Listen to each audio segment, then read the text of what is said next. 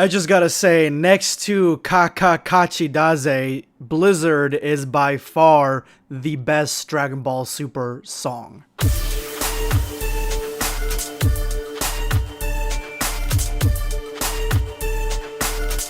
Know your place, worm. Prepare yourself. Damn Saiyan. First of all, I want to give you guys a huge spoiler warning, and not everybody's doing this, so yeah, I know, I'm a cut above the rest. Secondly, the thumbnail that you see, the thumbnail art, that's not from the new trailer that just dropped today. That's actually from Surreal Art, and I just thought that the way that this art looked was so close to the trailer that I wanted to use that thumbnail and give this guy some shine. I'm going to go ahead and leave a link to his Twitter in the description below. Go ahead and check him out. Now, in my opinion, the best Dragon Ball Super Broly trailer dropped a couple days ago was a music video to the song Blizzard, and it was the entire song, which I had not heard up to that point.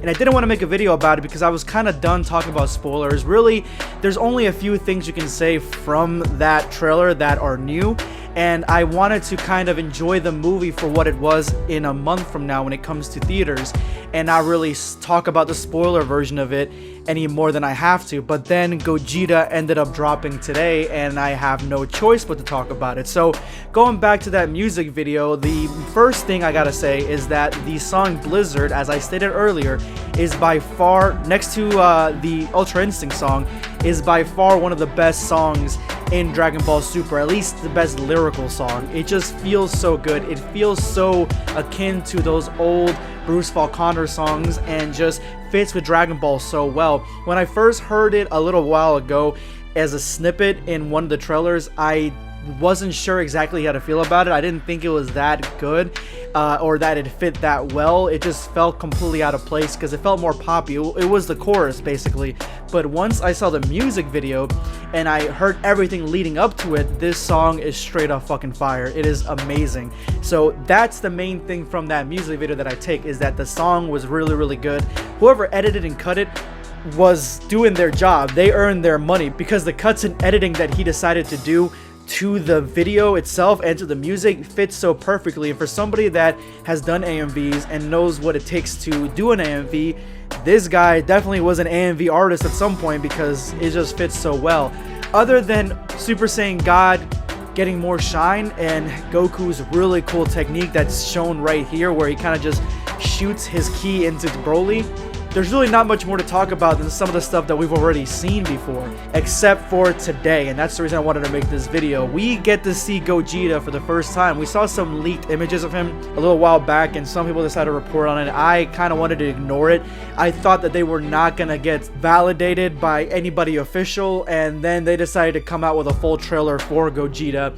And the first thing I gotta say is that I am telling you right now, Gogeta comes at the end, obviously, of the movie, but when Broly comes out of the crater and he's sort of powering up and Goku's facing him alone, at that moment, I'm telling you right now, at that moment is when Goku and Vegeta decide to fuse together, because it seems that Goku and Vegeta aren't there for Broly when he doesn't have his armor on, and you can obviously see Gogeta here fighting Broly while he still has armor on, while he's still in his Super Saiyan form. So Broly seems to be fighting not only base Gogeta, but he'll also fight Super Saiyan Gogeta, and then he'll fight obviously Super Saiyan Blue Gogeta. Now, on the way Gogeta looks, I honestly like that they changed the orange in his vest to yellow, because they needed to do some changes to him to make him apart from the old Gogeta that we've seen. Especially, I know these guys, especially for marketing wise, to try to sell as much Gogeta merchandise as possible, you want to make a unique new version, similar to how you made a unique new version for Broly. They're gonna do the same thing for Gogeta,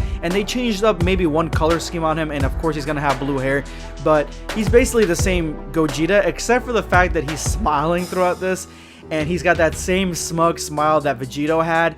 And I gotta say though, I'm not exactly feeling the smile. I liked Gogeta when he was like straight-laced, just very serious and was there to get the job done. To me, Vegeta was always the one that was putting on that smile and being cocky and stuff, but as long as Gogeta really doesn't talk, he doesn't have many lines in this besides the original line that we see here in this trailer, I'm honestly fine with that.